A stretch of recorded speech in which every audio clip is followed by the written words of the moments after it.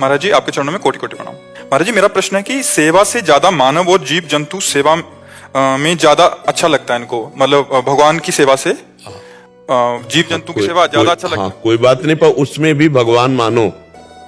बिना भगवान माने जो सेवा होगी वो पुण्य होगा, लेकिन जब हम भगवत भाव रख लेंगे तो वही हमें भगवत प्राप्ति करा देगी। समझ रहे ना? हम जीवों में भगवान देखें कि हम कबूतर को दाना दे रहे हैं तो मेरे भगवान कबूतर के रूप में है, इसके अंदर भगवान बैठे हुए ना। बिना भगवान के तो चल ही नहीं सकता।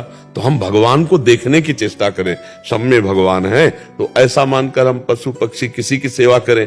देखो कुत्ते में भगवान का दर्शन किया नामदेव जी ने।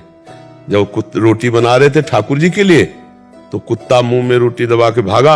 अब वो घी गरम कर रहे थे, इधर उधर कुत्ता रोटी लेके, तो वो दौड़ते हुए पीछे जा रहे हैं, कह रहे भगवान सूखी रोटी मत खाओ, घी भी तो आपके लिए, चुप रहा लो।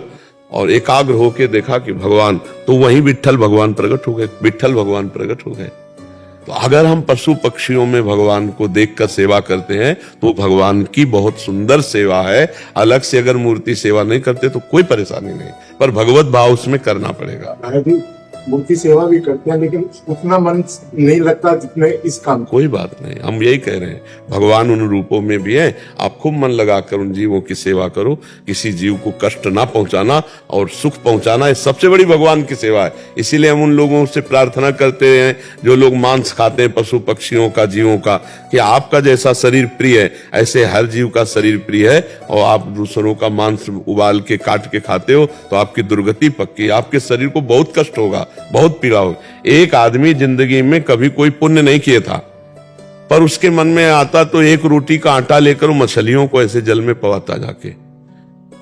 तो जब नरक में जाने के लिए उसकी तैयारी हुई तो देखा गया कि इसका पुण्य क्या है। तो बोले इसने मछलियों को, और मछली का अवतार एक बार भगवान लिए, मत्स्य अवतार लिए ना, मत्स्य अवतार, वो नरक से बच गया।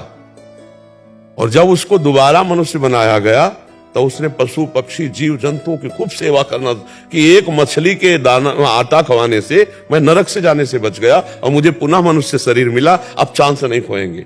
तो ये बहुत बड़ी बात है। जीव जंतुओं की जो हत्या करके शरीर में अपने ये सब राक्षसी प्रवृत्ति और बड़ी दुर्गति प्राप्त होती है। बहुत भाई लोग छोड़ दिए हैं, और कुछ लोग छोड़ तो दे दोगे, शरीर छूट जाएगा तुम्हारा तो सब, हाँ छूट तो जाएगा, ये सब अभी मान लो तो सदगति हो जाएगी, ना मानोगे तो दुर्गति होगी, छूट तो जाएगा ही, छूटेगा तो है ही। जी बहुत बढ़िया है, आपको पशु पक्षियों की सेवा करो।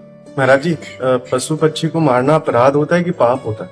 देखो अपराध का तात्पर्य होता है कि जो आज्ञा की गई है उसका उल्लंघन करना, उसे अपराध कहते हैं। जैसे आज्ञा की गई कि गुरुजनों के सामने ऐसा बर्ताव करो, जैसे ऐसा बर्ताव करो, ऐसे शास्त्र आज्ञा की गई कि आप तीर्थों में ऐसे जाओ, धामों में ऐसे जाओ, मंत्र जाप ऐसे करो, ऐसे ऐसे जो विधान बताए गए उनके विपरीत हम जब करते तो अपराध होता है। लेकिन जब हम किसी की हिंसा करते हैं तो वो पाप होता है, वो पाप है। उसी को हम अगर शब्दों में कहते हैं अपराध कर रहा है तो उस मान लो पाप ही कर रहा है। और अगर हम जैसे शास्त्रीय भाषा को नहीं समझते और कह रहे हैं पाप है तो मान लो क्यों अपराध ही है।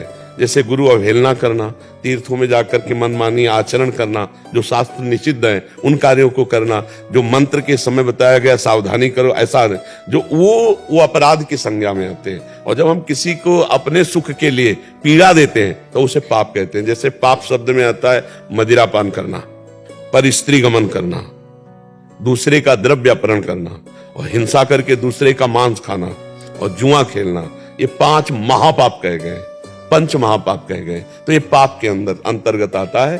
अपराध के अंतर्गत और श्रेणियां हैं, ये पाप के अंतर्गत। जैसे सुभाषितानी में एक श्लोक था, अभी सुभाषितानी अभिवादनशीलस्य नित्यं वृद्धो पसे विना चत्वारि तस्य वर्धन्ते आयुर्विद्या यशो बलम्।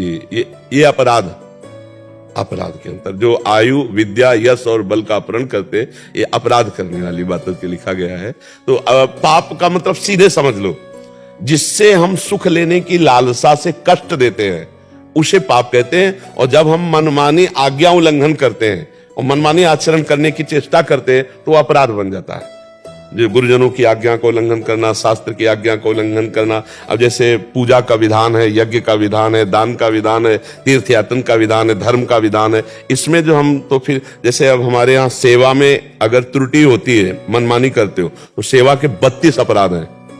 सेवा में 32 अपराध हैं। धामापराध है, वैष्णव अपराध है, नाम में 10 अपराध, नामापराध है। ये सब अपराध के अंतर्गत आते हैं। जिनको आज्ञा की गई कि ऐसे चलो तो आप ऐसे ना चल के मनमानी किए तो अपराध। लेकिन जो सुख की लालसा से शराब पीना, परिस्त्री गमन करना, काट करके जीवों को खाना, जुआ खेलना, छल हिंसा, चोरी करना, ये सब पाप के अंतर्गत आता है। गुरुदेव भगवान, इतने सूक्ष्म अपराध हो जाते हैं, समझ में नहीं आता। जब इसीलिए नाम कीर्तन हर रोज करो। 30 मिनट नाम संकीर्तन करने से, नाम संकीर्तनम यस्य सर्व पाप प्रणाशनम, सारे पापों का नाश हो जाता है ना। रोज शाम के 30 मिनट नाम, तो जाने अनजाने में जो वो सब हिसाब किताब बना। लेकिन एक ध्यान रखना, अगर हम जानबूझ करके कि शाम के कीर्तन तो कर ही लेंगे, अभी हम पाप कर लेते हैं, वो नहीं नष्ट होगा, वो भोगना पड़ेगा। अब हमसे चूक हो गई या हमारा दिमाग फेल हो गया, हम शासन में नहीं रख पाए, कोई गलती, वो सब क्षमा हो जाए। और एक होता है जानबूझ के उत्साहपूर्वक प्लानिंग के साथ पाप करना, और फिर ये प्लानिंग हमारी है कि शाम के तो नाम कीर्तन कर ही लेंगे, तो वो नामापराध के अंतर्गत आ जाता है, फिर उसे भोगना पड़ता है।